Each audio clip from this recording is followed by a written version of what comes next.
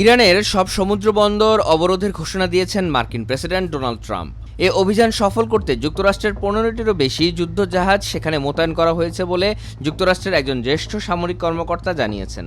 পাশাপাশি ফক্স নিউজকে দেওয়া এক সাক্ষাৎকারে ট্রাম্প আশা প্রকাশ করেছেন অনেক দেশ তার এই উদ্যোগে সাড়া দেবে।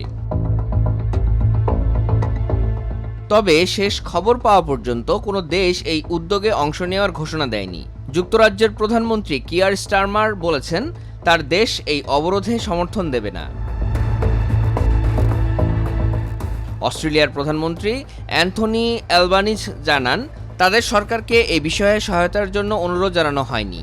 তিনি উভয় পক্ষকে সংঘাত নিরসনের আহ্বান জানান।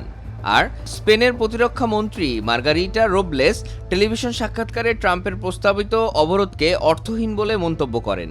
তিনি বলেন এই যুদ্ধ শুরুর পর থেকে কোনো কিছুই অর্থবোধক নয়।